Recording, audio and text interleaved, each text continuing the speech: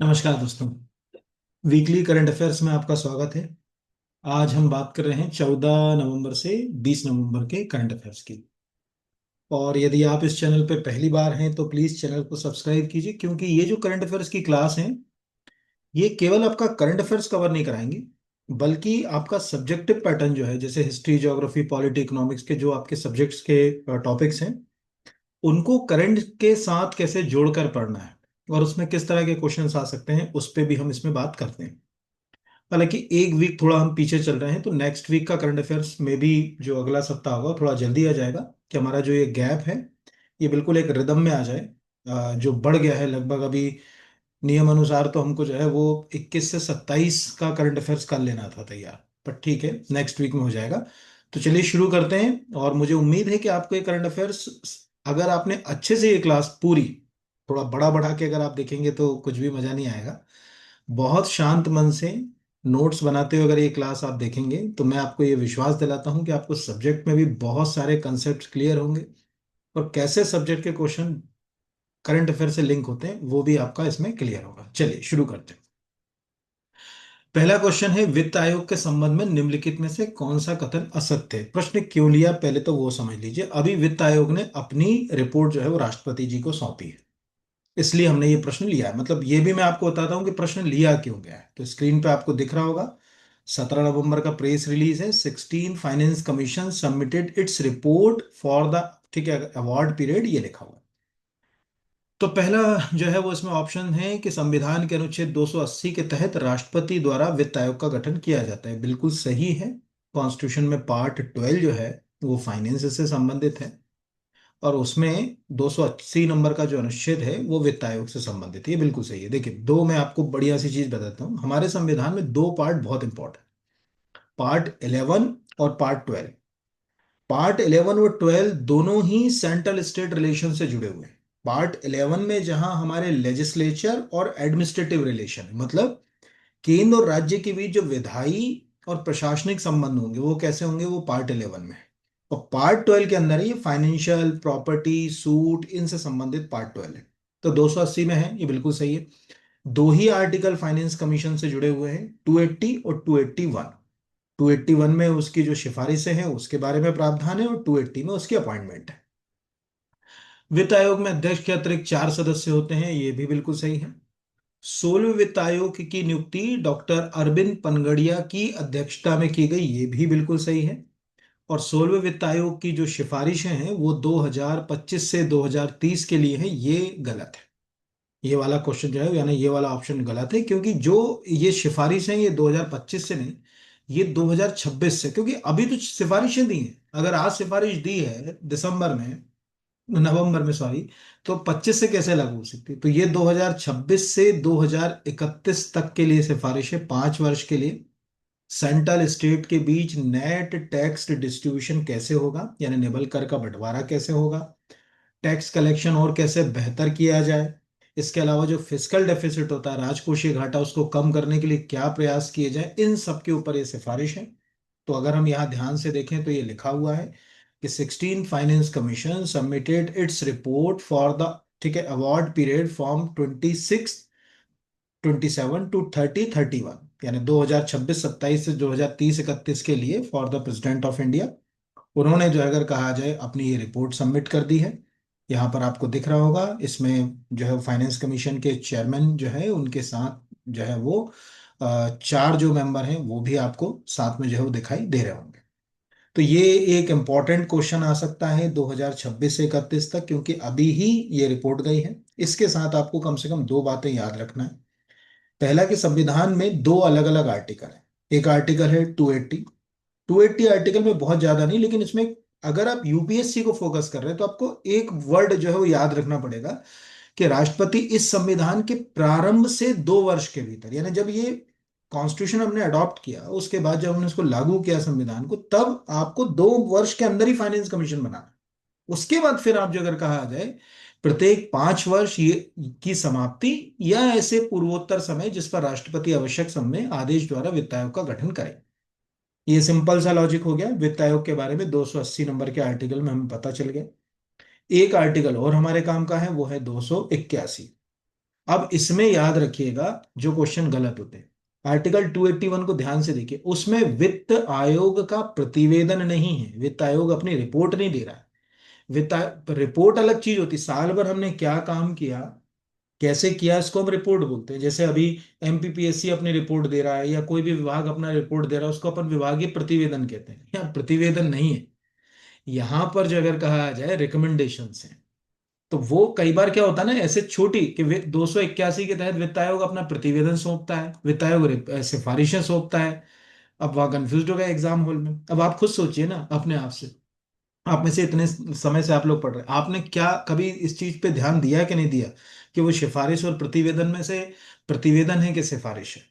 लिखा है, राष्ट्रपति इस संविधान के उपबंधों के अधीन वित्त आयोग द्वारा दी गई प्रत्येक सिफारिश को उस पर की गई कार्रवाई या स्पष्टीकरण ज्ञापन हेतु संसद के प्रत्येक सदन के समक्ष रखवाएंगे।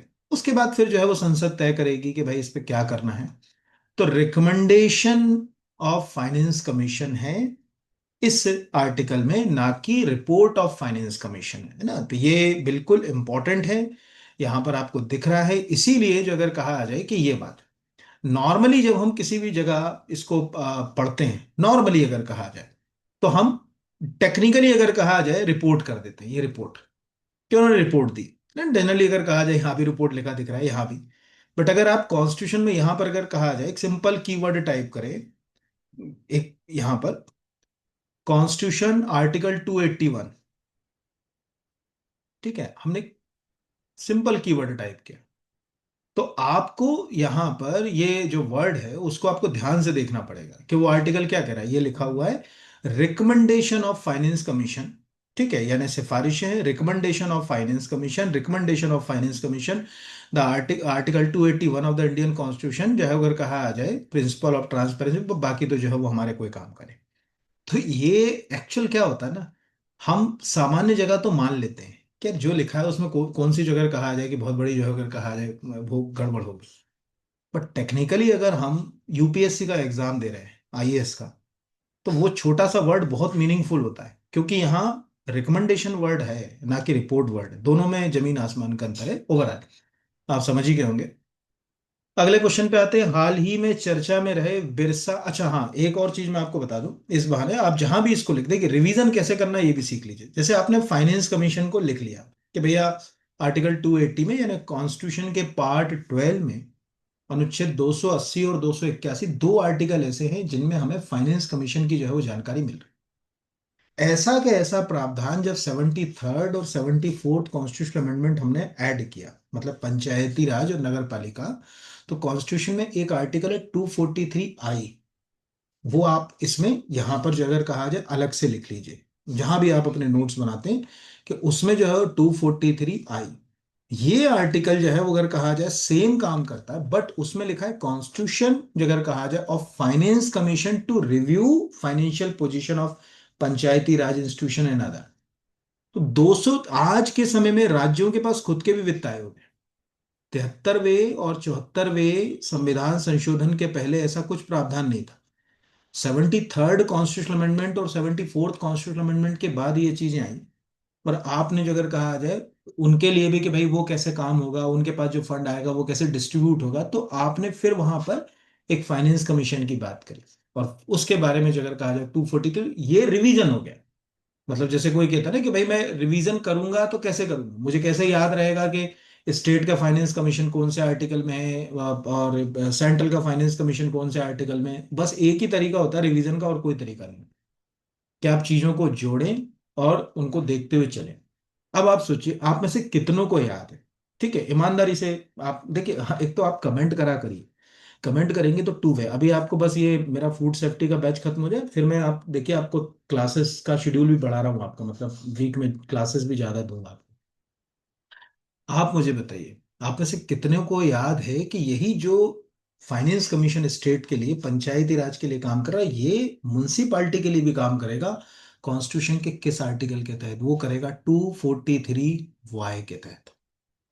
वो आप में से अगर याद है कि नहीं याद है, वो अब आपको देखना है। अगर नहीं है तो अब आपको समझ पड़ गया कि मुझे रिवीजन कैसे करना है। रिवीजन करने का तरीका अपने को फॉलो करना पड़ेगा, बिना रिवीजन के काम चलेगा नहीं। अगले पे आते हैं, हाल ही में चर्चा में रहा, ठीक है, बिरसा 101 के संबंध में कौन सा कथन आ सकते हैं? पहला, ये सिकल सेल डिजीज की रोकथाम के लिए भारत की पहली स्वदेशी जो है वो क्रिस्पर आधारित जीन थेरेपी है, बिल्कुल सही है। ये जीन संपादन तकनीक है जिसमें विषाणु का उपयोग डीएनए को सटीक रूप से काटने के लिए किया जाता है, ये बिल्कुल गलत है, क्योंकि क्रिस्पर जो अगर कहा जाए एक प्रकार की ये जेनेटिक सीजर है।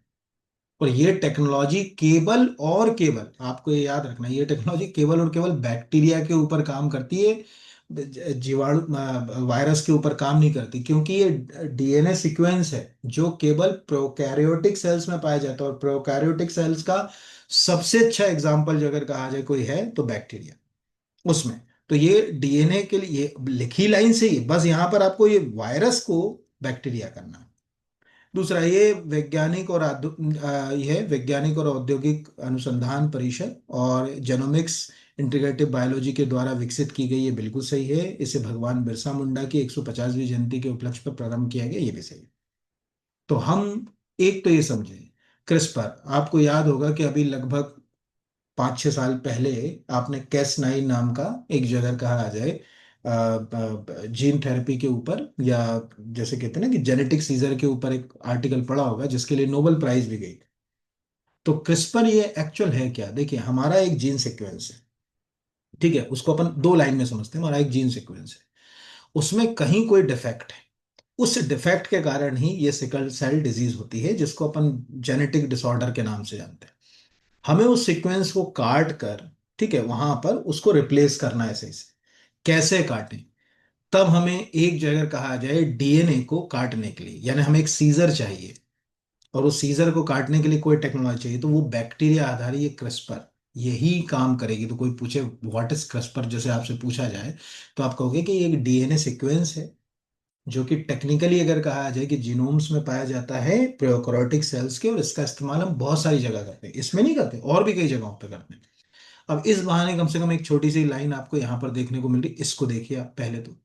अगर हम ऑफिशियली भारत सरकार के national sickle cell anaemia elimination mission की वेबसाइट पर जाएं, तो हमें थोड़ा सा सिकल सेल के बारे में हल्का सा रिवीजन कर लेना चाहिए।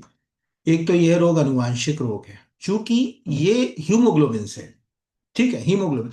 देखो, पहले तो आप समझो, हमारा जो हीमोग्लोबिन है ना, मतलब देखो, हमारा जो ब्लड है उसके अंदर आरबीसी है, डब्ल्यूबीसी है, प्लेटलेट्स है और प्लाज्मा है, चार हिस्से हैं। हमारी जो आरबीसी होती है वो बाइकोन कैव होती है। बाइकोन कैव मतलब उभय उत्तर, बीच से दबी हुई, चारों ओर से उभरी हुई, ठीक है।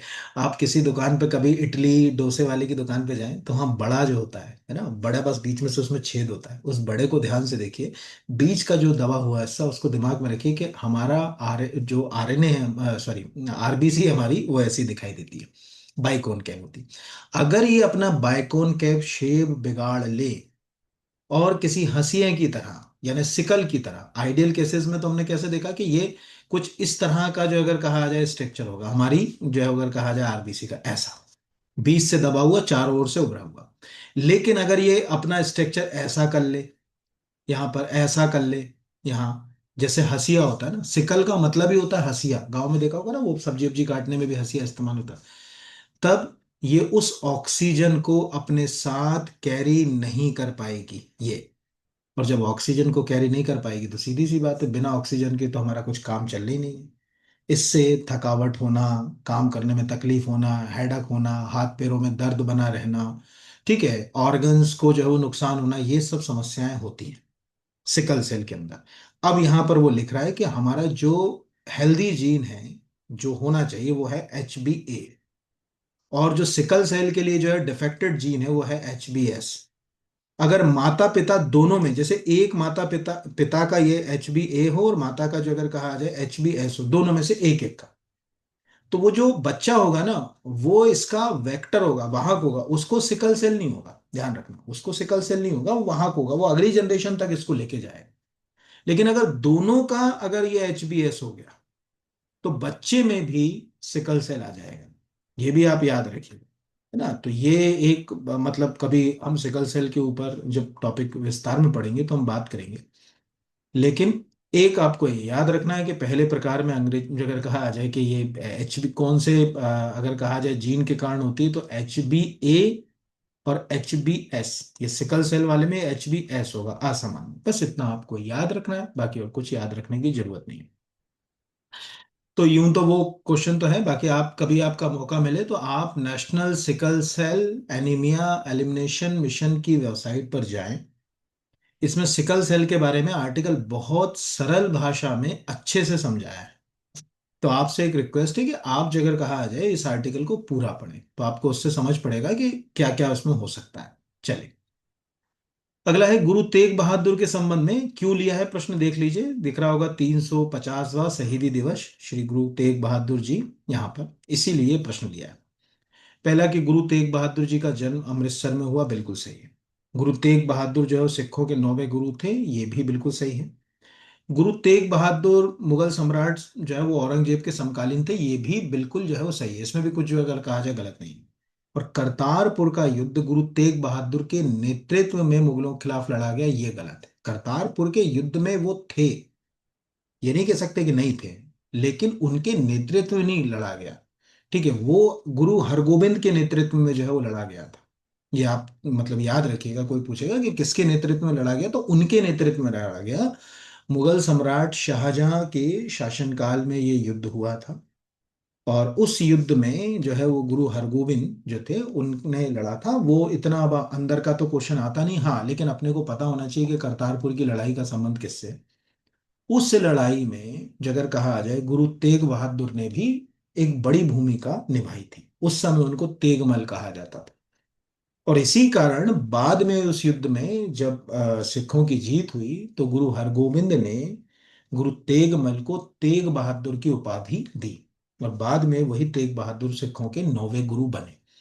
तो आप ये याद रखिएगा कि वो करतारपुर का युद्ध तो लड़ा गया था 6वें गुरु गुरु हरगोविंद के नेतृत्व में।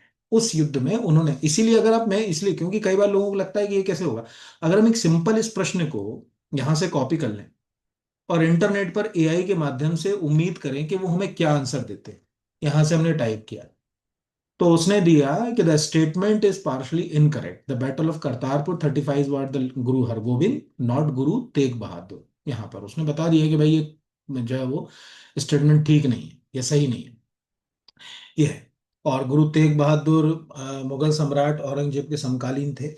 आपको ये याद ही होगा कि जब शाहजहां को औरंगजेब ने कैद कर लिया था और उसके बाद शुरू हुई थी बैटल ऑफ सक्सेसर, मतलब ये उत्तराधिकार का जो युद्ध था।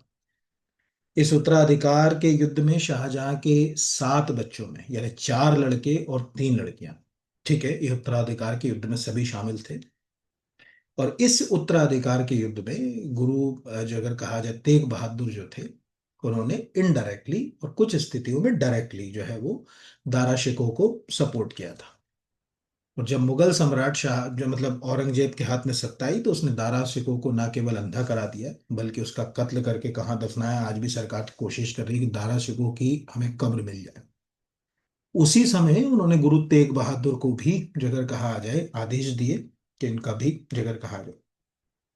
और अगर आप में से कोई दिल्ली का होगा या दिल्ली गया होगा तो शीशगंज गुरुद्वारा है वो जगह, जहां पर जगह कहा जाए वो शहीद हुए थे। और उसके बाद फिर उनके बेटे और सिखों के 10वें गुरु, जिनका नाम था गुरु गोविंद सिंह जी, उनको लगा कि अब सिखों को एक जो अगर कहा जाए मतलब एक लड़ाकू उसमें हमको कन्वर्ट करना पड़ेगा, मुगलों के साथ ऐसे काम चलेगा नहीं। और फाइनली उन्होंने जगह कहा जाए जैसे कहते हैं ना कि एक खालसा सेना जो है वो उसको खड़ा किया। और उसके बाद मुगलों से तो वो ताम्र लड़े, ठीक है, औरंगजेब को तो उन्होंने इतना परेशान कर रखा था कि आप सोच नहीं सकते। तो वो था। तो मुझे लगता है कि कम से कम आपको गुरु तेग बहादुर का वास्तविक नाम तेगमल, उनका जन्म अमृतसर, क्योंकि देखिए आप खुद देखिए गुरु गोविंद सिंह की बात आती है, आप कभी एक इंटरनेट पे प्रश्न टाइप कीजिए गुरु गोविंद सिंह का जन्म स्थल, तो वो पटना साहिब एक आता ही है, क्वेश्चन ही आ जाता है पटना साहिब किस लिए फेमस, उसका नाम ही जगह का पटना साहिब। गुरु गोविंद सिंह जो अगर कहा जाए उनसे एक और जगह जुड़ी हुई है महाराष्ट्र में, नांदेड़, नांदेड़। कभी आप देखिएगा, यही हमारे मध्य प्रदेश से होते हुए एक ट्रेन चलती है, हुजूर साहिब नांदेड़ एक्सप्रेस, है ना, वो अमृतसर से नांदेड़ जाती है। सिख ज्यादातर उसमें सफर करते हैं। उसका नाम ही हुजूर साहिब नांदेड़ एक्सप्रेस है, मतलब नांदेड़ एक्सप्रेस ट्रेन पे भी लिखा रहता है हुजूर साहिब। तो कुछ चीजें ऐसी होती हैं जो इतिहास में यूं तो पूछी नहीं जाती, बट अभी चूंकि न्यूज में आ गई ये बात, 350 ईयर्स हैं शहीदी दिवस के, तो प्रश्न जो है वो पूछा जा सकता है 1675 से 2025 तक। कैसे पूछेगा वो तो अब तय करने वाली बात है यहाँ पर। अगला है इंदिरा गांधी शांति पुरस्कार के संबंध में कौन सा कथन असत्य है। इस पुरस्कार की शुरुआत इंदिरा गांधी मेमोरियल ट्रस्ट द्वारा 1986 में की गई, बिल्कुल सही है, क्योंकि ये पुरस्कार सरकार के द्वारा नहीं दिया जाता। इसके लिए एक बकायदा एक ट्रस्ट है, वो ट्रस्ट देता है। दूसरा, इस पुरस्कार में 25 लाख रुपए की जो है वो राशि प्रदान की जाती है, ये भी बिल्कुल सही है। तीसरा, ये पुरस्कार केवल किसी व्यक्ति विशेष को ही प्रदान किया जाता है, संगठन को नहीं, ये गलत है।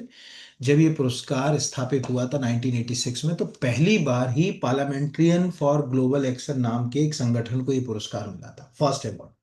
किसी पर्सनालिटी को नहीं मिला। सेकंड मिला था मिखाइल gorbachev को, जो सोवियत यूनियन के हेड थे उस समय, उनको।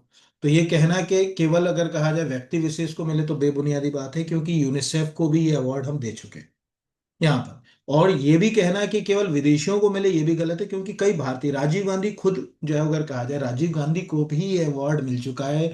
डॉक्टर मनमोहन सिंह को जो है वो अवार्ड मिल चुका है, और भी कई जो अगर कहा जाए इंडियन से जिनको ये अवार्ड जो है वो दिया जा चुका है।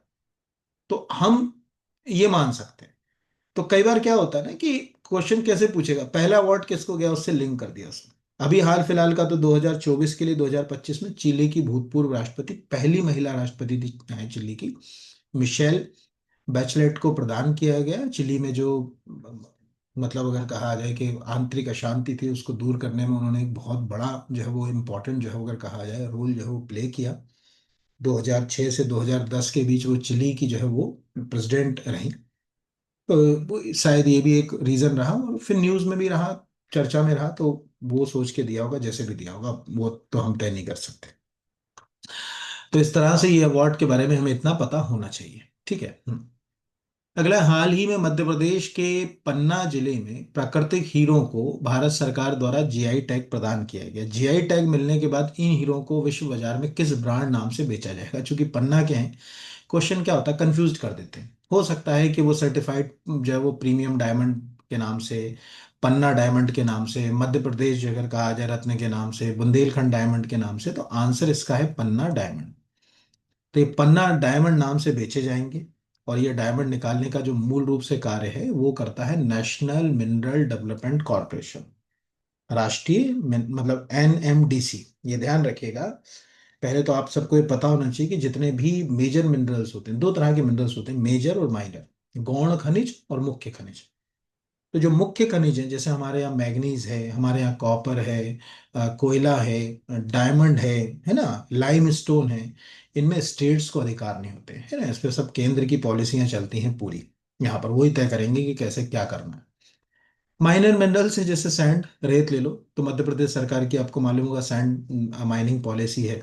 1995 में हमने मिनरल पॉलिसीज बनाई हमारे मिनरल्स के लिए, उसको फिर बाद में अब अमेंड भी किया टाइम टू टाइम। तो आज एनएमडीसी के पास है, और ऐसे भी हिंदुस्तान का पूरा डायमंड जो है अगर कहा जाए एनएमडीसी ही मैनेज कर रहा है। तो पन्ना के डायमंड को अब अंतर्राष्ट्रीय स्तर पर पहचान जो अगर कहा जाए मिल चुकी है। लिखा है कि अंतर्राष्ट्रीय स्तर पर पन्ने चमकेगा पन्ना डायमंड। और दिख रहा है कि नगरी पन्ना जिले में हीरे को जीआई यानी ज्योग्राफिकल इंडिकेशन टैग मिलना महत्वपूर्ण गौरव का विषय है। इसे पन्ना डायमंड अंतर्राष्ट्रीय स्तर पर चमकेगा, डैश डैश डैश, और उपलब्ध होगा, और पन्ना के इन प्राकृतिक हीरो को पन्ना डायमंड के नाम से बेचा जा सकेगा। यहाँ पर ये बिल्कुल वैसा है ना, जैसे गोल कुंडा, जब हम कोहिनूर की बात करते हैं तो हमारे दिमाग में तुरंत गोल कुंडा आ जाता है कि वो गोल्ड कुंडा से जो है वो निकला होगा। तो कोई माइन से उसकी पहचाने, तो हाँ यार, अगर आज ऐसे समझिए कि हिंदुस्तान का सबसे फेमस हीरा है कोहिनूर, वो निकला गोलकुंडा माइन से।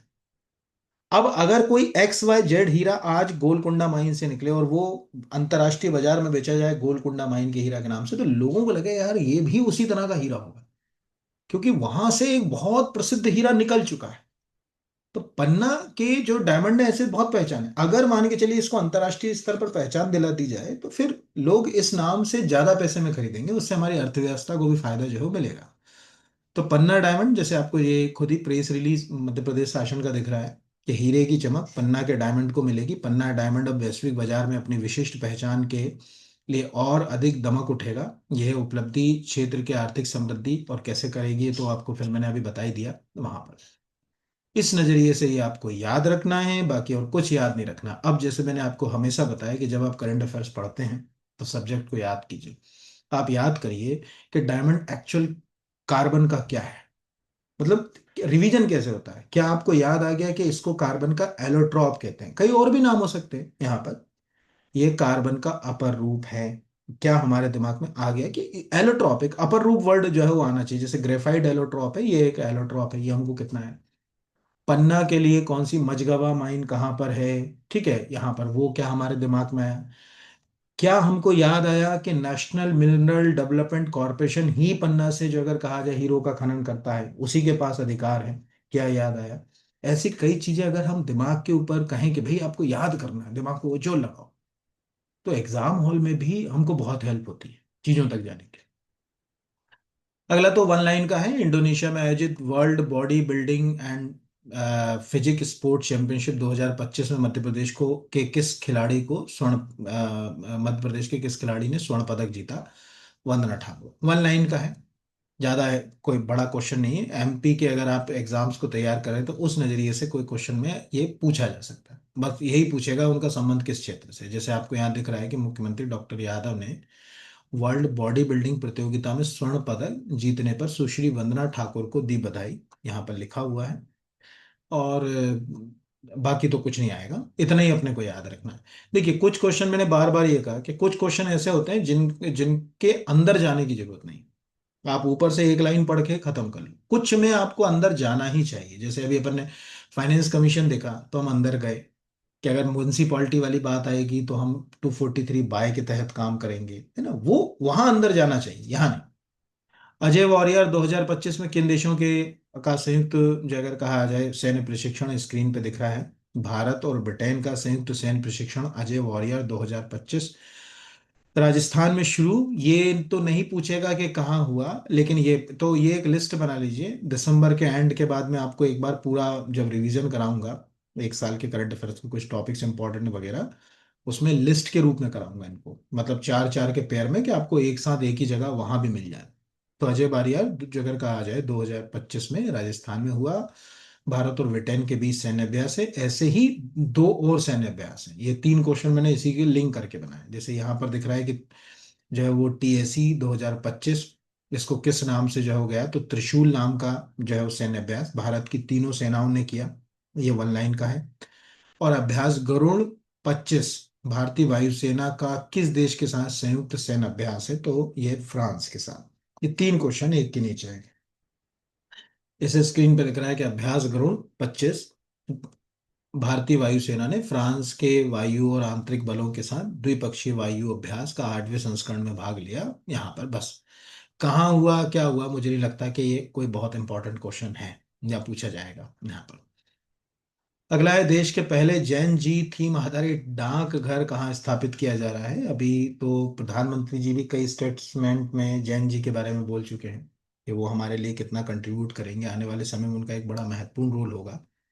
वो नेक्स्ट वीक वाले में तो मैं बहुत अच्छा एक आर्टिकल पढ़ाने वाला हूँ आप लोगों को, कि प्राइवेट फील्ड में जो सैटेलाइट्स हैं उसमें जैन जी की भूमिका के ऊपर एक प्रधानमंत्री जी का स्टेटमेंट है, वो भी दिखाऊंगा नेक्स्ट वाले में।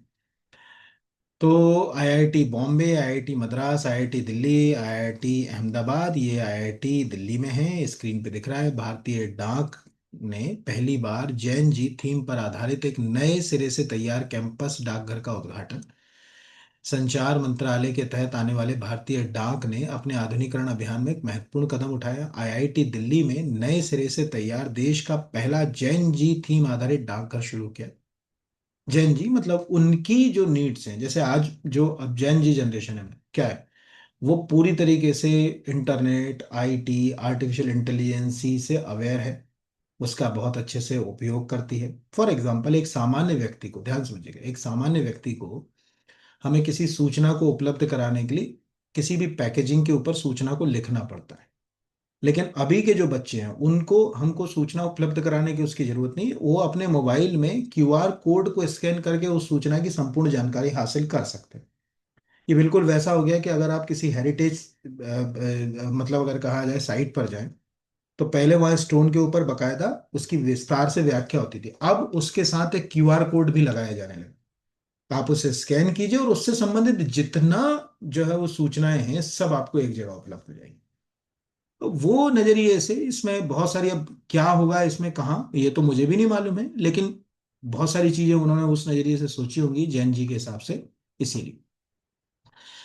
अगला क्वेश्चन भी वन लाइन का है, मतलब समझने वाला, ज्यादा अंदर का नहीं। पुस्तक मोदीज मिशन के लेखक कौन हैं? तो इसमें जो है वो वर्जिस देसाई जो है, अगर कहा जाए, हैं। चूंकि प्रधानमंत्री जी के साथ ये फोटो है, प्रधानमंत्री जी ने फिर बाद में इसको ट्वीट भी किया, उन्होंने भी किया, तो इस नजरिए से मुझे लगता है कि ये आपसे बुक पूछी जा सकती है। मोदीज मिशन नाम की बुक के लेखक जो है, अगर कहा जाए, कौन है? तो वन लाइन के लिए आप इसको याद रखें।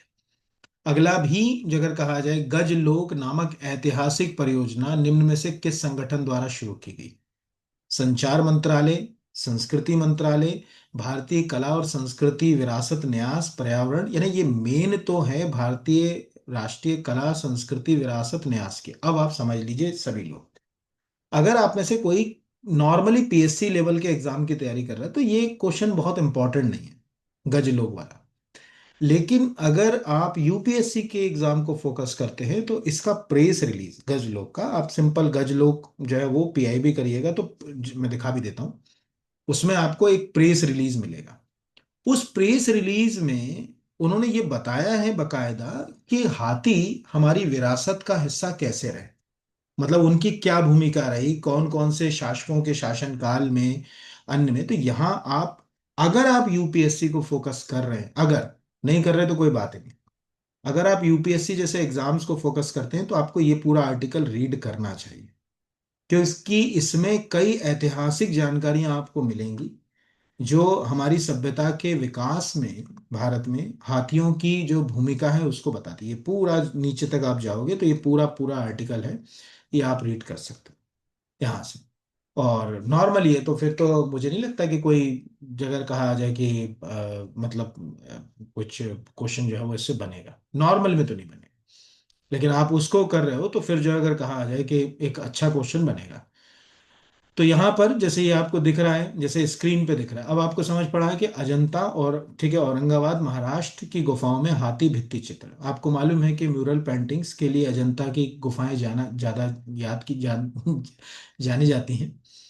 इससे कुछ मिलती जुलती गुफाएं हमारे यहाँ भी हैं, बाग में, धार जिले में पड़ती हैं बाग की गुफाएं। इसमें बहुत सारी पेंटिंग्स फेमस है अजंता में। तीन तो आपको हमेशा नाम याद रखना चाहिए। एक है डाइंग प्रिंसेस, यानी मरणासन राजकुमारी, बहुत फेमस है। डाइंग प्रिंसेस पेंटिंग आप टाइप करो, अजंता आएगी। दूसरी जातक टेल्स, महात्मा बुद्ध की जो है वो पूर्व जन्मों की जो कथाएं, उनके ऊपर जातक कथाएं, उसका पूरा एक वॉल है। और तीसरी जो जो अगर कहा जाए वो है पद्म पाणी की पेंटिंग। ठीक है, वो भी बहुत इंपॉर्टेंट है। और बाकी फिर इस तरह की तो पेंटिंग्स हैं वहाँ।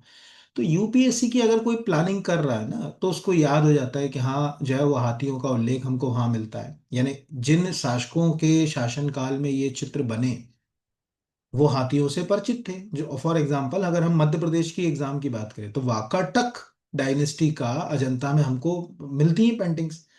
वाकाटकों का संबंध तो हमारे यहीं से था, विंध्य शक्ति उनका महान राजा था, तो वो हाथियों से परिचित होंगे, नो डाउट। तो ऐसे कई मुद्दे आपको यहाँ पर मिलेंगे, कई, वो आप रीड कर सकते हो। ठीक है, वो और भारत के बाहर भी यहाँ पर। तो अब ये मैंने आपको बता दिया, ढूंढना कैसे वो भी आपको बता दिया, बाकी तो फिर आप जगह कहा जाए अपने स्तर पर कर ही लेंगे। हाँ, चलिए अगले के ऊपर आ जाते हैं। अगला है, भारत को कोडेक्स कार्यकारी समिति CAC 48 में किस वर्ष तक के कार्यकाल के लिए जो है वो निर्वाचित किया गया? 2026, 2027, 2028, 2029? तो आंसर है 2027। 2 साल के लिए हमको निर्वाचित किया गया। पहले तो समझ लीजिएगा, कोडेक्स, अगर आप में से कोई फूड सेफ्टी की तैयारी कर रहा है उसको तो पता ही होगा कि कोडेक्स एलिमेंट्रियस कमीशन पूरी दुनिया में जो है वो खाद्य से संबंधित जो मानक है उस पर काम करता है। वर्ल्ड हेल्थ ऑर्गेनाइजेशन और फूड एंड एग्रीकल्चर ऑर्गेनाइजेशन के प्रयासों से खड़ा हुआ। इसकी ये बैठक हुई थी अभी रोम में। ठीक है, यानी ये बैठक होती कहाँ है? तो ये रोम में हुई है। वहां भारत को, और भारत ऐसे भी मसाले का कोडेक्स के जो बोर्ड्स हैं उनमें मसाले से संबंधित जितने जो अगर कहा जाए अब तक रेगुलेशंस हैं वो भारत नहीं करे हैं। ये ध्यान रखिएगा। उसकी जो कमेटीज है मैं आपको दिखा भी दूंगा, अगर आप में से किसी को लगता है कि यार ये क्या चीज़ है, यूपीएससी में भी आ सकती है, और नॉर्मली आप में से अगर एफएसओ की कोई तैयारी कर रहा हो उसको तो यूनिक चीज मिल गई वहां पर। तो 48वें कोडेक्स, ये क्वेश्चन आपको एफएसओ वालों को भी आ सकता है कि भाई जो अगर कहा जाए कि भारत कब के लिए चुना गया, तो हमें दिख रहा है कि 2027 के अंत तक भारत जो अगर कहा जाए कि पुष्टि करता है ये। दूसरा, मैं इसमें आपको एक और चीज अच्छी दिखा देता हूँ, ये देखिए, बस एक second। ये केवल फूड सेफ्टी के बच्चों के लिए, अगर हम कोडेक्स के ऑफिशियल वेबसाइट पर जाएं तो हमको कोडेक्स में कई तरह की कम जो है वो कमिटीज का उल्लेख मिलता है। फर्स्ट इज, जैसे आपको दिख रहा है, एजुकेटिव कमिटीज हैं, जनरल सब्जेक्ट कमिटीज हैं, कमोडिटी कमिटीज हैं। इनमें अगर हम ध्यान से देखें तो ये जो मसाले वाली कमेटी है ये, ठीक है, इसमें जो अगर कहा जाए शुरू से भारत के ही नियंत्रण में, पूरे डिसीजंस इसमें भारत के द्वारा लिए जा रहे हैं। यहां पर देखा है आप अभी भी क्या लिखा है, अगर कहा जाए होस्ट इंडिया, यहाँ पर। तो जितने भी इसने जो अगर कहा जाए अभी स्टैंडर्ड्स हैं, मीटिंग्स हैं, जो भी हैं, वो सब जो अगर कहा जाए इसी भारत ही, मतलब इसकी अगर आप कोई मीटिंग भी देखोगे, जैसे अभी असम के गुवाहाटी में इसकी जो अगर कहा जाए मीटिंग हुई थी, उसमें भी जो अगर कहा जाए भारत का ही रोल था, उसी ने जो अगर कहा जाए यहाँ पर। तो आप कहीं भी यहाँ शुरू से देखिए, पहली मीटिंग 2014 में हुई, ये भी आपको दिख रहा है कि कोच्चि केरल, गोवा, चेन्नई, तिरुवनंतपुरम, वर्चुअल वर्चुअल कोच्चि, गुवाहाटी। अभी ये 13 अक्टूबर 2025 से 17 अक्टूबर 2025 तक हुई थी गुवाहाटी में, जिसमें तीन जो अगर कहा जाए मसालों को, एक वनीला को, एक आपका धनिया को, और दूसरा बड़ी इलायची को उन्होंने शामिल किया। तो इसमें हमारा रोल है, ये उन बच्चों के लिए, बाकी के लिए नॉर्मली इतना ही याद रखना। अगला क्वेश्चन भी वन लाइन का है। श्री सत्य साईं बाबा के जन्म शताब्दी समारोह कहाँ आयोजित किया जा रहा है? 100 साल हो रहे हैं, इसीलिए ये प्रश्न आपको आ सकता है कि पुट्टपर्ती का संबंध, या ये प्रश्न ऐसे नहीं पूछा जाएगा, ये प्रश्न दूसरे नजरिए से। वो सिंपल आपसे प्रश्न पूछेगा, पुट्टपर्ती का संबंध इनमें से किसके साथ है? श्री सत्य साईं बाबा, या और भी जो भी श्री रमन ऋषि, श्री अरविंदो घोष, ऐसे वो आपको ऑप्शन जो है वो दे सकता है। तो आपको दिख रहा है उपराष्ट्रपति श्री सीपी राधाकृष्णन आंध्र प्रदेश के पुट्टपर्ती में श्री सत्य साईं बाबा के शताब्दी समारोह में शामिल हुए। और फिर नीचे आर्टिकल लिखे हुए हैं, यहाँ पर ये पूरा इवेंट का फोटो लगा हुआ है यहाँ पर। अगला क्वेश्चन भी, एक सेकेंड, अगला क्वेश्चन भी हमारे लिए वन लाइन का ही है।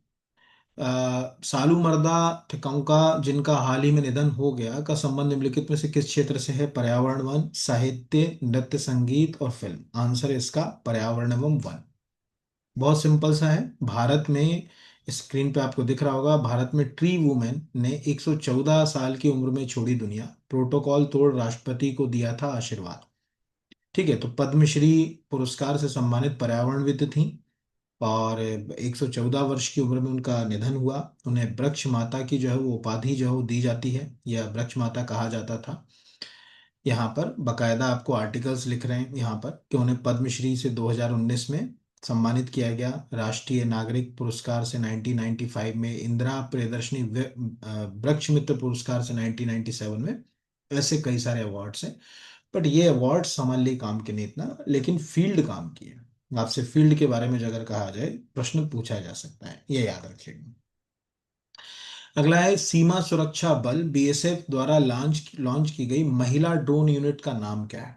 ठीक है, महिला शक्ति वाहिनी, दुर्गा ड्रोन स्क्वाड्रन, सीमा प्रहरी दल और गरुण। तो दुर्गा ड्रोन स्क्वाड्रन जो है वो आपको दिख रहा होगा, यह है, स्क्रीन पे दिख ही रहा है कि सीमा सुरक्षा बल ने दुर्गा ड्रोन स्क्वाड्रन नाम से। अच्छा, ये एमपी के बच्चे के लिए ज्यादा इंपॉर्टेंट, बाकी स्टेट्स के लिए उतनी इंपॉर्टेंट नहीं है, एमपी के बच्चे के लिए। अब एमपी के बच्चों के लिए क्यों इंपॉर्टेंट है, तो यहाँ नीचे अपन आर्टिकल को देखें, ये लिखा है, यह ट्रेनिंग बीएसएफ अकादमी ग्वालियर में स्थित स्कूल ऑफ ड्रोन वॉरफेयर में चल रही है। यानी ये जो यूनिट है दुर्गा ड्रोन स्क्वाड्रन यूनिट, इसकी जो ट्रेनिंग चल रही है वो बीएसएफ एकेडमी ग्वालियर जो है उसमें स्कूल ऑफ ड्रोन वॉरफेयर जो है वो एसडीडब्ल्यू में चल रही। इस नजरिए से मैंने कहा ना कि ये एमपी के जो अगर कहा जाए नजरिए से भी जो है वो काम का है, बाकी के लिए तो अगर कहा जाए काम का है ही, हम ये नहीं कह सकते कि जो अगर कहा जाए। अब आप में से कितनों को याद है कि ग्वालियर में उस जगह का नाम कहाँ है जहाँ बीएसएफ एकेडमी है? ग्वालियर में उसको बीएसएफ एकेडमी ग्वालियर नहीं बोलते, उसको दूसरे नाम से जाना जाता है, कितनों को याद है? अब मुझे कई बार ऐसा लगता है कि मैं टू वे कम्युनिकेशन कर रहा हूँ, क्योंकि वन वे ही है ये, तो आप मैसेज भी कर सकते हैं, ऐसा नहीं है। मुझे यही लगता है कि हमारे बीच अगर ये टू वे कम्युनिकेशन मैसेज में होने लगा ना, अच्छा, तो हम एक दूसरे की सहायता करेंगे, हम एक दूसरे को समझेंगे ज़्यादा अच्छे से कि मुझे मेरे स्टूडेंट्स को क्या नीड है, कैसी। तो वो कभी भी बीएसएफ एकेडमी नाम से नहीं आता, वो आता है टेकनपुर नाम से। ठीक है, आप अगर जो है वो ग्वालियर जैसे यहाँ सिंपल एक कीवर्ड टाइप करें, बीएसएफ एकेडमी ग्वालियर, हमने तो केवल ग्वालियर टाइप किया, हमने जगह का नाम नहीं किया। लेकिन जब हम इसको आर्टिकल्स को जब हम पढ़ते हैं तो इसमें, अब ये तो यहाँ पर जैसे ये आ गया ना, ये लिखा हुआ है टेकनपुर। ठीक है, तो इसमें बहुत सारे ये लिखा हुआ है टेकनपुर, टेकनपुर यहाँ पर वेलकम टू बीएसएफ अगर कहा जाए टेकनपुर ये लिखा, तो इस तरह से टेकनपुर ये दिख रहा होगा। तो आपको कई बार क्या करते हैं, जैसे ये लिखा ना, ये पीएम श्री केंद्रीय विद्यालय बीएसएफ अकादमी टेकनपुर यहाँ, तो वो प्रश्न वाला ये पूछा जाता है कि ग्वालियर के पास टेकनपुर क्यों प्रसिद्ध है, मतलब वहां पर क्या है यहाँ पर। तो ये सीमा सुरक्षा बल की एकेडमी है, बहुत फेमस है, ठीक है, जानी मानी है, यहीं से संबंधित वो ट्रेनिंग मॉड्यूल है। इसीलिए ये क्वेश्चन जो है वो आपको एग्जाम में पूछा जा सकता है यहाँ पर। अगला एशिया, मतलब वन लाइन का है, एशियाई तीरंदाजी चैंपियनशिप 2025 में भारतीय टीम ने कुल कितने पदक जीते। तो ये 10 पदक, ये बिल्कुल वन लाइन का है, इसमें कुछ हमको ज्यादा अंदर नहीं जाना। आपको दिख रहा होगा प्रेस रिलीज, पीआईबी ने जारी किया है, प्रधानमंत्री श्री नरेंद्र मोदी ने एशियाई तीरंदाजी चैंपियनशिप 2025 में अब तक के सर्वश्रेष्ठ प्रदर्शन के लिए भारतीय तीरंदाज टीम को बधाई दी। श्री मोदी ने कहा कि टीम ने चैंपियनशिप में अपना सर्वश्रेष्ठ प्रदर्शन करते हुए 6 स्वर्ण सहित कुल 10 पदक जीते। तो उन्होंने 18 वर्षों के अंतराल के बाद हासिल किए गए ऐतिहासिक रिकॉर्ड पुरुष स्वर्ण पदक का उल्लेख किया। और बाकी तो मुझे नहीं लगता कि कुछ और क्वेश्चन इसमें जो है बनेगा, इन्हीं में से कोई क्वेश्चन जो है वो एग्जाम में जो है वो आ सकता है। अगला एमपी के लिए, बाकी किसी स्टेट के लिए काम का नहीं है क्वेश्चन। 2025 में राजकुमार केसवानी सम्मान से किसे सम्मानित किया गया, तो ऋचा अनिरुद्ध को। ठीक है, ये क्वेश्चन क्यों इंपॉर्टेंट है ये समझिए। पहले तो आपको दैनिक भास्कर में दिख रहा होगा राजकुमार केसवानी, अगर आप में से कोई कई वर्षों से समाचार पत्र पढ़ रहा है, कई वर्षों से, क्योंकि अब राजकुमार केसवानी जी का निधन ही कोविड के समय हो गया था, तो उसके पहले से पढ़ रहा है तो आर्टिकल्स को समझता होगा, तो बहुत सारे संपादकीय आर्टिकल्स में आपको उनका नाम मिल जाएगा। सबसे इंपॉर्टेंट बात है कि दुनिया की सबसे डेडली केमिकल ट्रेजेडी, या अगर कहा जाए डिजास्टर कह लें, वो हमारे ही मध्य प्रदेश के भोपाल में हुई, जिसको अपन भोपाल गैस ट्रेजेडी जो है कहते हैं। अब अगले हफ्ते हम करेंगे ही चर्चा उसके ऊपर।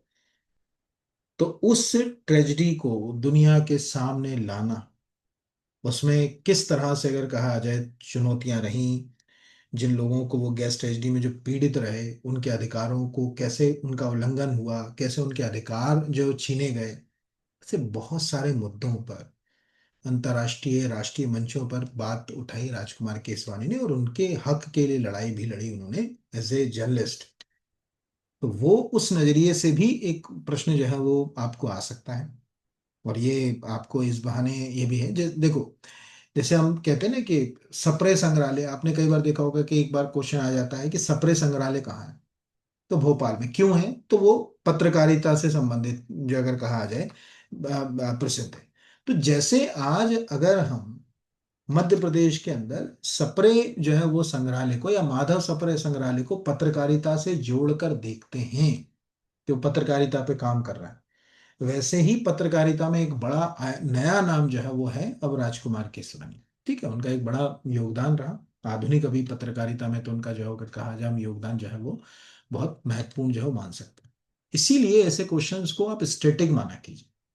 ठीक है, स्टैटिक माना कीजिए। जैसे अब माधवराव सप्रे तो क्या हुआ कि भाई राष्ट्रीय आंदोलन से जुड़े हुए थे, तो चूंकि वो राष्ट्रीय आंदोलन में थे, देश की स्वतंत्रता आंदोलन में उनकी बड़ी भूमिका रही, उस समय उन्होंने पत्रकारिता के माध्यम से जो अगर कहा जाए कि अंतर्राष्ट्रीय मंच पर जो है वो अपनी बातें रखी। अब वही चीज अगर कहा जाए नए जमाने में राजकुमार केसवानी ने करी। तो ये आपको याद रखना, आप में से कितनों को ये पता है, माधवराव सप्रे के बारे में तो सबको ही पता होगा कि माधवराव सप्रे, उनके नाम से सप्रे संग्रहालय भोपाल के अंदर, लेकिन कितनों को मालूम है कि वो मध्य प्रदेश के किस जिले से संबंधित है। आप याद रखिएगा, मध्य प्रदेश के साहित्यकारों के जिले भी याद रखिए। जैसे माखनलाल चतुर्वेदी की जब बात आती है तो माखन नगर, जो कि नर्मदापुरम जिले में आता, पहले बाबा ही बोलते थे उसको। तो वैसे आपको कितना याद है, उससे चीजें लिंक हो जाती हैं कई बार, याद रखिएगा कि कितनों को याद है कि उनका संबंध दमोह से था। अगर कोई दमोह का होगा तो उसको तो फिर पता ही होगा, नहीं तो हमें पता होना चाहिए। इसीलिए जो अगर कहा जाए कि एक बड़ी भूमिका होती है, तो उनका जन्म मध्य प्रदेश के दमोह में ही जो है वो हुआ था, और फिर उसके बाद राष्ट्रीय आंदोलन में उन्होंने एक बड़ी भूमिका जो है वो निभाई थी। ओवरऑल वैश्विक जलवायु परिवर्तन प्रदर्शन सूचकांक 2026 में भारत की रैंक, ये क्वेश्चन तो आएगा ही आएगा, क्योंकि इसमें क्या होता है ना, थोड़ा ये पिंच वाला क्वेश्चन। इसमें हमारी रैंकिंग एकदम गिरी, पता नहीं क्यों गिरी, काम तो कर रहा है ऐसा तो नहीं, हम 23 नंबर पे आ गए। आपको दिख रहा होगा कि वैश्विक जलवायु परिवर्तन प्रदर्शन सूचकांक 2000, भारत की रैंकिंग 13 पायदान फिसली। ठीक है, यह बना सबसे बड़ा कारण। तो नीचे दिख रहा है जलवायु परिवर्तन प्रदर्शन पर जारी नवीनतम वैश्विक सूचकांक में भारत अपनी पिछली रैंकिंग 13वें स्थान से खसक कर, जो अगर कहा आ जाए 23वें स्थान पर जो है वो आ गया है। और जर्मन वॉच और बाकी जो अगर कहा जाए कि ये सब हमारे लिए तो काम का है नहीं, तो उस नजरिए से वन वन लाइन के लिए जो है वो आपको याद रखना है, बाकी के लिए जो है वो आपको याद रखने की जरूरत है नहीं। अगला क्वेश्चन भी बहुत इंपॉर्टेंट है। भारतीय संविधान का कौन सा अनुच्छेद राज्यपाल को विधेयकों पर सहमति देने, सहमति रोकने या राष्ट्रपति के विचार के लिए, तीन स्थितियां मैंने क्वेश्चन के अंदर ही तीनों स्थितियां रखी। ठीक है, राज्यपाल को विधेयकों पर सहमति देने, सहमति रोकने या उन्हें राष्ट्रपति के विचार के लिए आरक्षित रखने की जो है वो शक्ति प्रदान करता है आर्टिकल 200।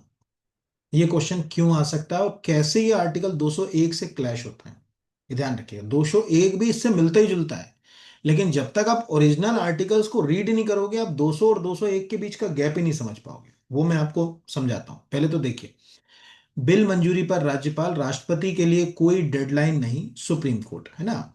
खंडपीठ ने 3 माह की समय सीमा तय की थी, 5 जजों की संविधान पीठ ने पलटा फैसला। पहले तो आपको मालूम होगा कि कम से कम 5 जजों की अगर बेंच है, तो वो कॉन्स्टिट्यूशनल बेंच की तरह काम करती है ना, उसके द्वारा दिया गया डिसीजन या वर्डिक्ट अपने आप में कॉन्स्टिट्यूशन अमेंडमेंट का रोल प्ले करता। तो एक जो अगर कहा जाए सुप्रीम कोर्ट की जो खंडपीठ थी, उसने कहा था कि भाई राज्यपाल को 3 महीने में उस पर जो अगर कहा जाए स्वीकृति देना चाहिए। लेकिन ये राज्यपाल की डिस्क्रिशनरी पावर में आता है, उसमें तो कहीं नहीं लिखा कि कितने दिन में देगा यहाँ पर।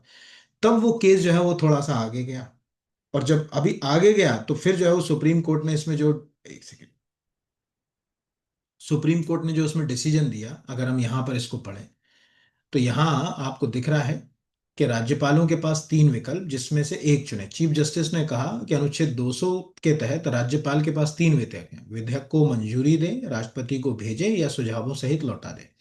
कोई चौथा विकल्प नहीं, राज्यपाल उनमें से कोई एक विकल्प चुन सकते हैं। अनुच्छेद 200 के तहत मंत्रिपरिषद की सलाह मानने के लिए बाध्यता नहीं है, ये उन्होंने कहा। तो कार्रवाई की छूट पर न्यायिक समीक्षा संभव।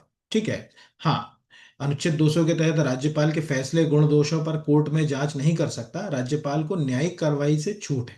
इस पर अनुच्छेद 200 के तहत संबित जो मामले हैं उसमें न्यायिक समीक्षा जो अगर कहा आ जाए रद्द नहीं होती यहाँ। अब आप कहोगे ये सब चीजें हमारे कहाँ काम की है और इसमें क्या है, तो पहले तो हमको ये समझना पड़ेगा कि एक्चुअल वो आर्टिकल 200 कहता क्या है और आर्टिकल 201 क्या कहता है ना। तो इसके लिए हम ओरिजिनल कॉन्स्टिट्यूशन के आर्टिकल, दोनों आर्टिकल के बीच का ध्यान से एक बॉर्डर लाइन का डिफरेंस है वो समझिएगा। अब हम आते हैं आर्टिकल 200 के ऊपर, 200 और 201। 200 नंबर का आर्टिकल है विधेयकों पर अनुमति। उस आर्टिकल की हेडिंग क्या है ये याद रखिएगा, हेडिंग बहुत जरूरी है। हेडिंग नहीं पढ़ेंगे तो आप उलझ जाएंगे एग्जाम हॉल में, यहीं से गलतियां होती हैं। जब कोई विधेयक राज्य की विधानसभा या विधान परिषद वाले राज्यों में, हमारे यहाँ तो विधानसभा ही मध्य प्रदेश में, बाकी जिन राज्यों में विधान परिषद, जैसे हमारे पड़ोसी राज्य अगर हम उत्तर प्रदेश की बात कर लें, यहाँ पर राज्य में विधानमंडल के दोनों सदनों द्वारा पारित कर दिया गया, पास हो गया वहां से, तब राज्यपाल के समक्ष प्रस्तुत किए जाएगा और राज्यपाल घोषित करेगा कि वह विधेयक पर अनुमति देता है, केस नंबर 1, अनुमति रोकता है, केस नंबर 2, अथवा विधेयक को राष्ट्रपति के विचार के लिए आरक्षित करता है, केस नंबर 3। ये तीन तो हो गए। ठीक है, लेकिन टेक्निकली यहां टाइम का कोई बाउंडेशन नहीं है, यहां इस लाइन को पढ़िए। परंतु राज्यपाल अनुमति के लिए अपने समक्ष विधेयक प्रस्तुत किए जाने के पश्चात यथाशीघ्र, यथाशीघ्र लिखा है लेकिन टाइम नहीं लिखा, उससे विधेयक को यदि वह धन विधेयक नहीं है तो सदन या दोनों सदनों को इस संदेश के साथ लौटा सकेगा कि सदन या दोनों सदन विधेयक पर, जो अगर कहा जाए, पुनर्विचार करें। धन विधेयक पे तो बेचारे को पावर ही नहीं। ये आपको याद रखना है, धन विधेयक पे जो है वो राज्यपाल को कुछ नहीं। अगर उसने नहीं लौटाए तो वो पास हो जाता है, ये तो सबको ही मालूम होगा धन विधेयक की कहानी। मनी बिल की कहानी बिल्कुल है ना। मनी बिल में जो अगर कहा जाए कि को आप इससे जो अगर कहा जाए बिल्कुल जो है वो नहीं जोड़ सकते, उस पे तो आपको स्वीकृति जो है वो देना ही पड़ेगी यहाँ पर। तो ये यहाँ पर है, यानी कोई टाइम पीरियड नहीं लिखा हुआ है। लेकिन अब यहाँ 201 नंबर के आर्टिकल को ध्यान से देखिए, कंफ्यूज करेगा नहीं तो आपको। विचार के लिए आरक्षित रखना, अलग से 201 में एक वर्ड यूज किया गया है यहाँ पर। ये बिल रिजर्व फॉर जो अगर कहा जाए कंसिडरेशन। अब अगर यही प्रश्न पूछ ले कि संविधान के किस अनुच्छेद में, ठीक है, बिल को राज्यपाल के द्वारा बिल को आरक्षित, अगर कहा जाए, ये जो वर्ड लिखा हुआ है यहाँ, आरक्षित करने के संबंध में प्रावधान, यहाँ उलझ गई कहानी ये 201 में। कि जब कोई विधेयक राज्यपाल द्वारा राष्ट्रपति के विचार के लिए आरक्षित, जो ऊपर था, रख लिया जाता है, तब राष्ट्रपति घोषित करेगा कि वह विधेयक पर अनुमति देते हैं या अनुमति रोक लेते हैं। ये साफ है, ये याद रखिएगा। परंतु जब परंतु जहां विधेयक धन विधेयक नहीं है, वहां राष्ट्रपति राज्यपाल को निर्देश दे सकेंगे कि विधेयक को यथा स्थिति राज्य की विधानमंडल, सदन आदि के लिए जो अगर कहा जाए वापस भेज दे या लौटा दे या जो भी कर। बट कहीं कोई टाइमलाइन की तो बात है नहीं, टाइमलाइन की बात नहीं तो गाड़ी उलझ गई। ये एक बड़ी उलझन है। हालांकि ये डिस्क्रिप्शनरी पावर्स हैं राज्यपाल की, कुछ ऐसी ही पावर उसको और एक आर्टिकल में दी गई हैं, जिनको जो अगर कहा जाए वो आपको दिख रहा है ऑर्डिनेंस मेकिंग।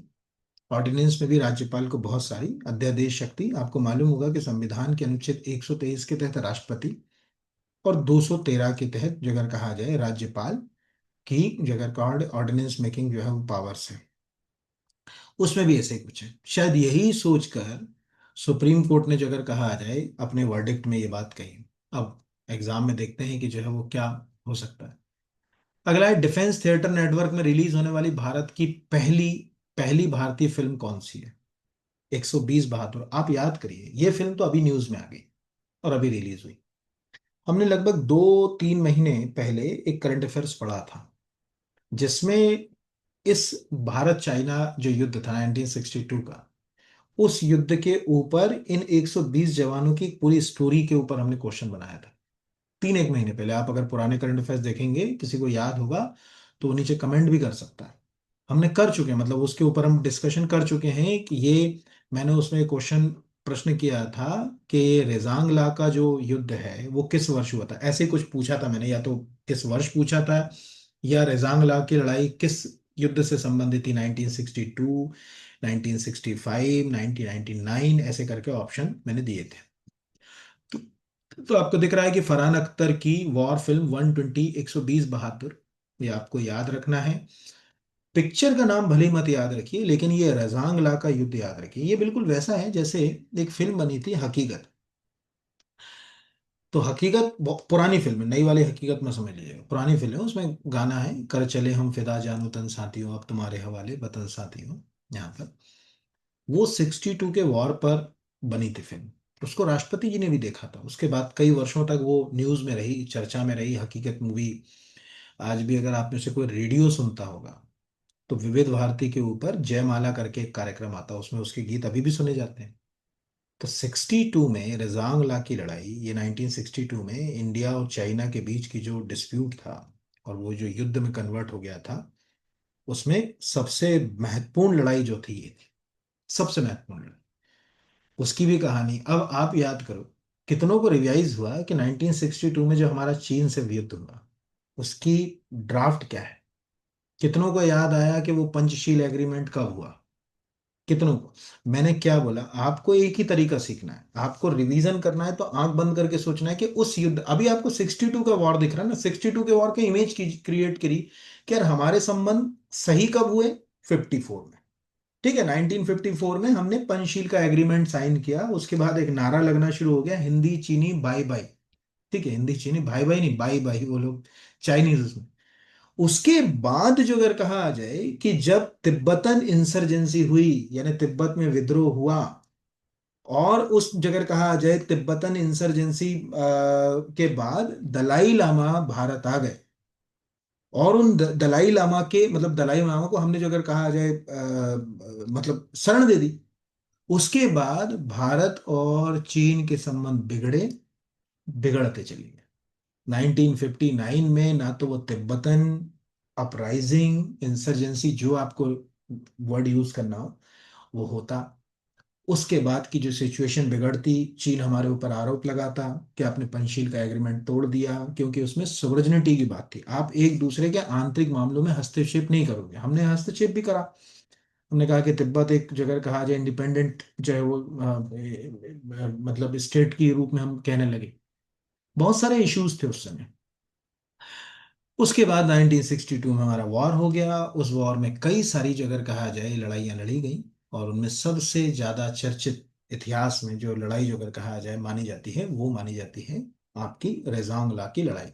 ये लड़ाई में पहले भी कोशिश करी थी कि आप अगर विद्यार्थी हैं, मनोरंजन के लिए पिक्चर देखिए, पर अपने एग्जाम के लिए भी देखिए। अगर आप सोचिए, आज आप थिएटर में जाके फिल्म देख लेते हैं 120 72, या अगर किसी प्लेटफॉर्म पे ओटीटी पे आ जाती वहां देख लेते हैं, आपको 1962 और उसके आसपास या उसके पहले के पूरे घटनाक्रम को एक सिलसिलेवार समझने का मौका मिलेगा, और आपको लंबे समय तक वो चीजें जो है वो याद रहेंगी, लंबे समय तक। मुझे नहीं लगता कि कभी जो है वो आपको दिक्कत आएगी कि क्या इश्यूज रहे, कैसे रहे। बस ये याद रखना है। इसी तरह के क्वेश्चन ऐसे ही आते हैं, छोटे छोटे क्वेश्चंस। इन्हीं पे से जो है वो एग्जाम जो है अगर कहा जाए कि चीजें बढ़ती हैं, और एग्जाम में जो है वो पूछी जाती हैं। तो जैसे वो 65 का अपन वॉर की बात करते हैं, तो उसमें एक ऑपरेशन जिब्राल्टर था, बड़ा चर्चित था वो। यहाँ पर राष्ट्रीय नमूना सर्वेक्षण की स्थापना किस वर्ष की गई? मोस्ट आईएमपी क्वेश्चन है, आपको 101% आए। 101%। 1950, 75 साल पूरे कर रहा है।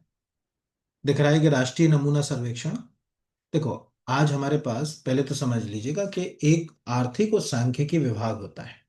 जो हम मध्य प्रदेश का इकोनॉमिक सर्वे पढ़ते हैं, या जितने भी हम मध्य प्रदेश के आंकड़े देखते हैं, वो भी आर्थिक सांख्यिकी विभाग करता है। केंद्र के पास भी ऐसे विभाग है। तो उसमें जैसे सेंट्रल स्टेटिस्टिकल ऑफिस या ऑर्गेनाइजेशन, केंद्रीय सांख्यिकी संगठन, और राष्ट्रीय नमूना सर्वेक्षण, इस तरह के संगठन जो कि नमूने या सैंपल्स को कलेक्ट करते हैं, अलग अलग तरह के आय से संबंधित, जीडीपी से संबंधित अन्य चीजों के, उनसे हम तय करते हैं कि हमारा विकास मतलब आर्थिक विकास किस और या किस तरफ जा रहा है। और इस पूरी प्रक्रिया को खड़ा करने में सबसे ज्यादा जाता है प्रशांत चंद्र महालनोबिस का नाम। एक ऐसे सांख्यिकी विद जिनके नाम से हम स्टेटिस्टिक डे भी सेलिब्रेट करते हैं, और भारत में सांख्यिकी केंद्रीय सांख्यिकी संगठन को खड़ा करने में उनकी बड़ी भूमिका थी। उन्हीं के प्रयासों से राष्ट्रीय नमूना सर्वेक्षण खड़ा हुआ। 1950 में राष्ट्रीय नमूना सर्वेक्षण बना, और अपने 75 साल के जो अगर कहा आ जाए इसमें जर्नी में, उसने कई बहुत बड़े जो है वो हमारे लिए काम किए। तो उस नजरिए से मुझे लगता है कि कोई क्वेश्चन आपसे पंच कर सकता है। हो सकता है कि इसी से इनडायरेक्ट जो अगर कहा आ जाए कि प्रशांत चंद्र महालनोबिस के बारे में कोई क्वेश्चन आपको आ जाए, डायरेक्ट में तो ये आएगा ही आएगा यहाँ पर।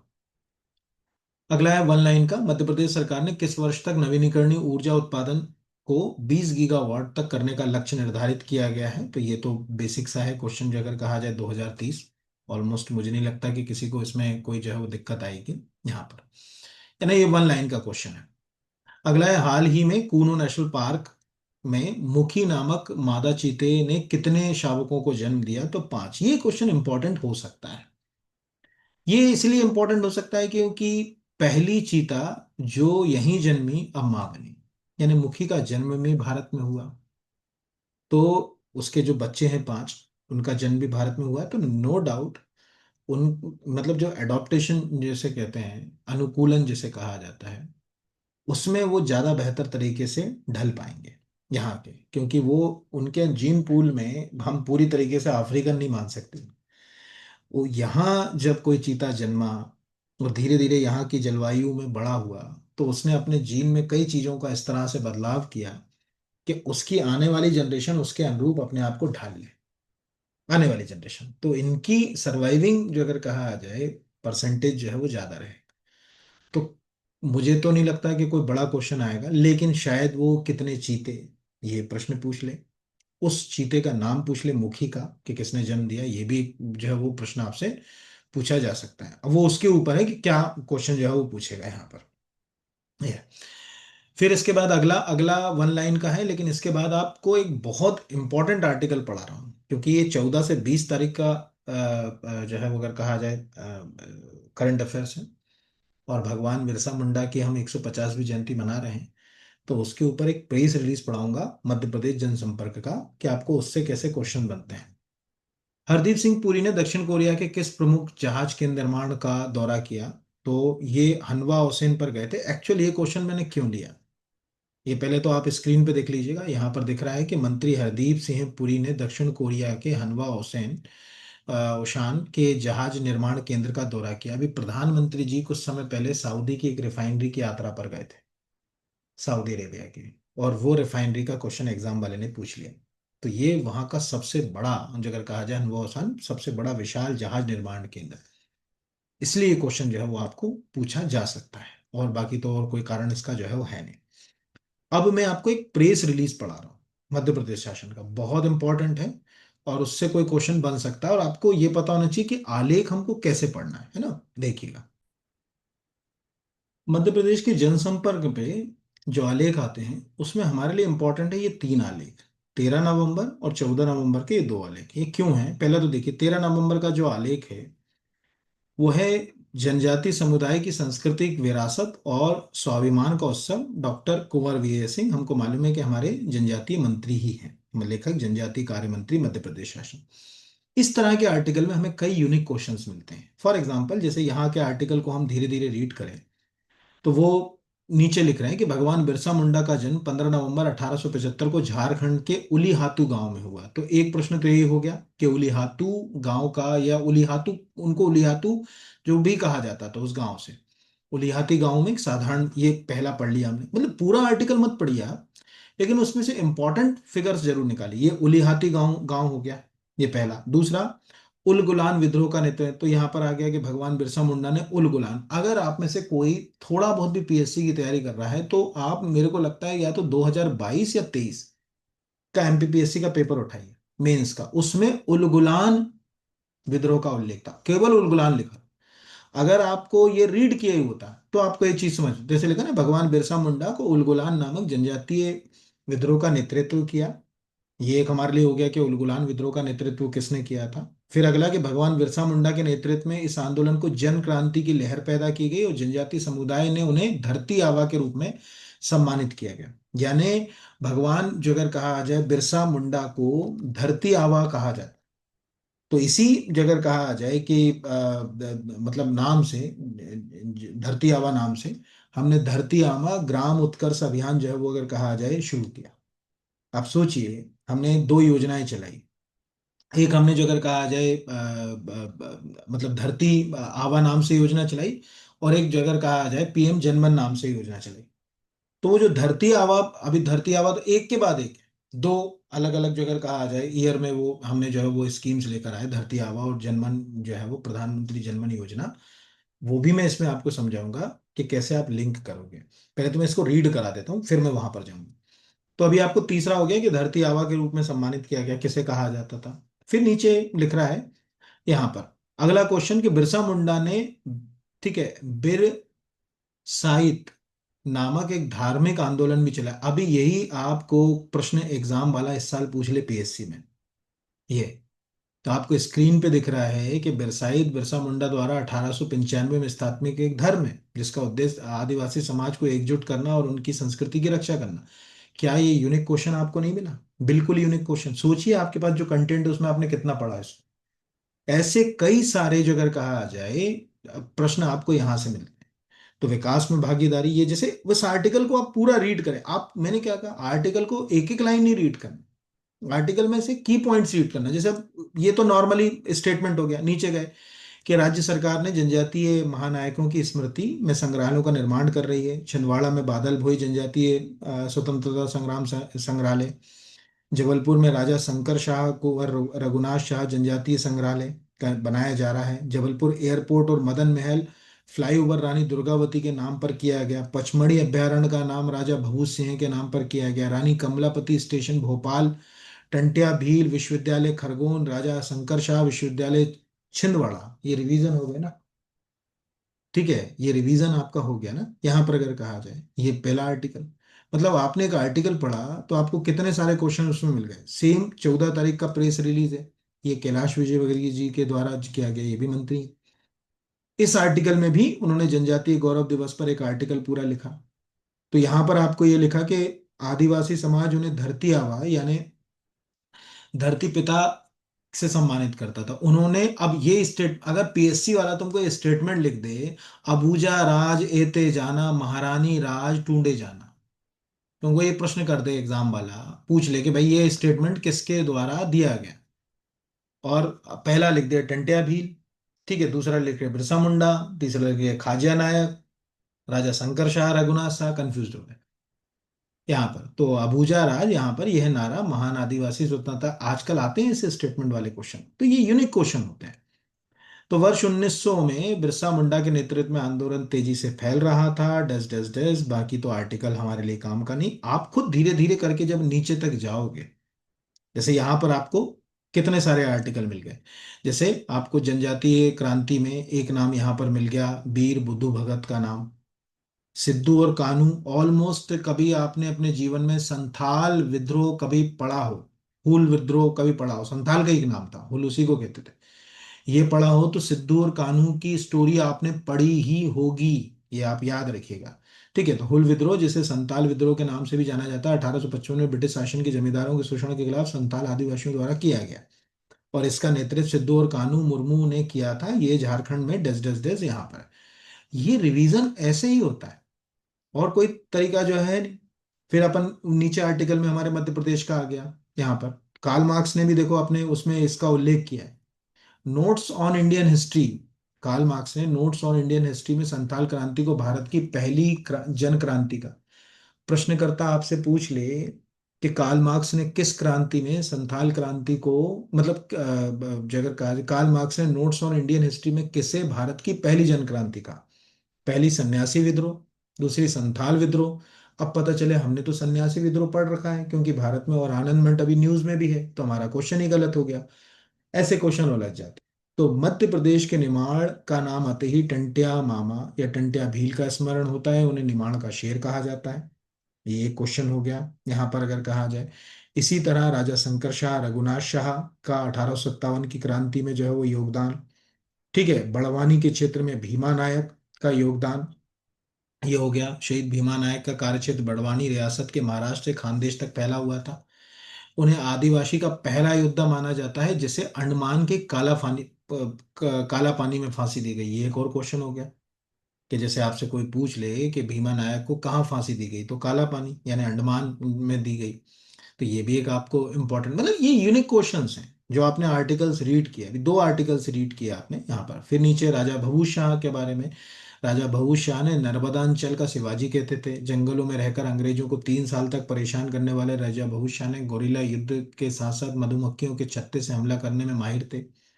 ऐसे आर्टिकल्स, और ये किसी और ने नहीं लिखे। आप देखिए कि मतलब मध्य प्रदेश में लेखक मध्य प्रदेश नगरीय विकास आवास संसदीय कार्य मंत्री, अब लिखा किसने क्या है वो हमारे लिए मुद्दा नहीं।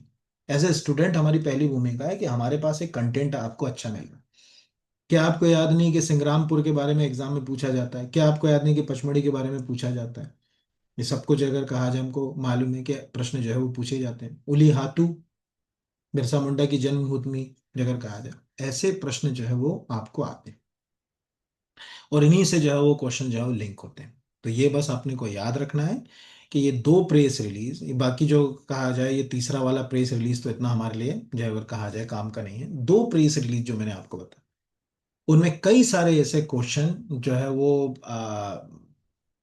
मतलब एग्जाम में जो है वो आपको आ सकते हैं। अब वो जो है अगर कहा जाए कि कैसे आ, आएंगे वो तो मुझे नहीं मालूम।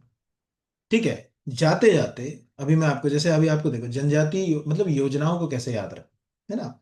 आपको याद होगा कि जनजाति समुदाय को मुख्य धारा से जोड़ने के लिए भारत सरकार जो अगर कहा जाए कई सारी योजनाएं चला रही है। सबसे पहली जो बड़ी योजना थी उसको हम बोलते थे पीएम जनमन योजना। ठीक है। अब पीएम जनमन योजना के साथ उलझन ये थी, ये सब योजना, अब आप देखिए कि क्वेश्चन कैसे फंसते हैं और एग्जाम में कैसे जो है वो अपने को याद रखना। 2023 में भारत सरकार ने पीएम जनमन योजना शुरू करी 15 नवंबर को, वो याद रहेगा आपको 15 नवंबर को। लेकिन ये योजना केवल विशेष पिछड़ी जनजाति यानी पीवीटीजीटी के लिए थी। तो पीवीटीजी के लिए थी, यानी हमारे मध्य प्रदेश में अगर हम बात करें तो केवल तीन जनजातियां आ रही थी, भारिया, बेगा और सहरिया, इन क्या आ रही थी। काम बढ़िया चला, सब कुछ हुआ। फिर भारत सरकार को लगा कि यार हम पीएम जनमन से केवल पीवीटीजी को मुख्य धारा में लाने के लिए प्रयास कर रहे हैं, बाकी जनजाति के लिए हम क्या करें, कैसे करें। तो 2024 में उन्होंने सोचा कि क्यों ना हम, जो अगर कहा आ जाए, धरती आवा नाम से जो अगर कहा आ जाए स्कीम को लाए। लाना तो 15 ही नवंबर 2024 को था, लेकिन वो 15 नवंबर की जगह 2 अक्टूबर को लॉन्च हुई। क्यों लॉन्च हुई? क्योंकि जिस समय 15 नवंबर पड़ रहा था उस समय झारखंड में इलेक्शंस थे। अगर आप यहाँ एक सिंपल कीवर्ड, मतलब देखिए एग्जाम में चीजों को कैसे याद रखेंगे, यहाँ अगर एक simple Jharkhand legislative election 2024 date. अब चूंकि झारखंड में लेजिस्लेटिव असेंबली के इलेक्शंस थे, दिख रहा है 13 नवंबर से 20 नवंबर 2024। तो सीधी सी बात है कि वहां पर तो जो है वो आचार संहिता लगी थी। अब आचार संहिता लगी थी तो हम तो कुछ कर ही नहीं सकते। इसीलिए 2 अक्टूबर 2024 को वो जो अगर कहा जाए धरती आवा जो है वो ग्राम उत्कर्ष अभियान शुरू कर दिया, और उसमें सभी जनजातियों को शामिल। जनमन योजना का ही एक अपग्रेड रूप है। पीएम जनमन में जहां हम केवल जो अगर कहा आ जाए अत्यंत जो विशेष पिछड़ी जनजाति हैं उनको लेकर चल रहे थे, इसमें हमने सभी जनजातियों के लिए काम किया। तो कई बार क्या होता है कि अगर आपने किसी चीज को स्टोरी में नहीं पढ़ा और लिंक नहीं करा तो एग्जाम में कॉन्फिडेंस के साथ आप गलत आंसर लगाओगे। फॉर एग्जाम्पल सोचो, धरती आवा अगर आपने रीड नहीं किया तो हमारा दिमाग जाएगा कि यार ये तो जो है वो 15 नवंबर ही होगा, और हम 15 नवंबर आंसर मार देंगे। और पेपर सेटर भी प्रश्न ऐसे पूछ लेता है, वो पूछ लेगा धरती आवा कब शुरू हुई, क्योंकि उसको मालूम है कि ये बच्चा कंफ्यूज होगा। वो हमें कंफ्यूज करे उससे अच्छा है कि हम अपने आप को अपडेट रखें। इस तरह से चीजों को अगर हम कर लें तो बेहतर हो जाएगा। तो ये दो आर्टिकल जो मैंने आपको अभी रीड कराए, इन आर्टिकल में जितना भी मैंने छोटी छोटी बातें आपको बताई वो सब आपको नोट डाउन करना है एग्जाम में। उनमें से कई सारे क्वेश्चंस बनेंगे। और जैसे काफी बच्चे मुझे कह रहे थे कि अपन सर 10 दिन, मतलब जो मुझे सुन रहे हैं देख रहे हैं मेरे बच्चे, वो तो है ही, मतलब उनका तो योगदान है ही बहुत। हम थोड़ा पीछे चल रहे हैं, बिल्कुल सही है कि आज 30 तारीख है और हम 20 तक जा रहे हैं। तो अभी ये जो नेक्स्ट वीक होगा इसमें हम क्या करेंगे, गुरुवार को इस वीक का करंट अफेयर्स ले आएंगे, यानी 21 से 27 का। तो वो गैप 4 दिन कम हो जाएगा, और धीरे से फिर उसको इस तरह से प्लान करेंगे कि जो एक गैप एक वीक का ही चलता रहेगा, फिर वो गैप खत्म ही हो जाएगा। अभी हम लगभग 3-4 दिन के गैप में हैं, ज्यादा के गैप में तो नहीं है यहाँ पर। इस तरह से है। और बस अभी आप थोड़ा सा हम फ्री हो रहे हैं तो आपके लिए सहयोग करेंगे, खूब अच्छे अच्छे कमेंट कीजिए, थोड़ा सा शेयर भी कीजिए।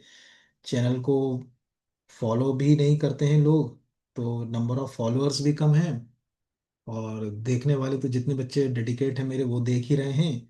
तो मुझे समझ नहीं आता कि मैं जो पढ़ा रहा हूँ वो कितना सही पढ़ा रहा हूँ कि कितना गलत। कंटेंट तो सही पढ़ा रहा हूँ, पर सामने वाले को कितनी नीड है वो नहीं समझ पड़ती है ना। तो वो कमेंट से तो आती है समझ में कि आपके कमेंट अच्छे आते हैं। बाकी और साथ में जुड़े रहिए, बने रहिए, खूब ईमानदारी से मेहनत कीजिए, उन्नति कीजिए, आगे बढ़िए। सबको धन्यवाद।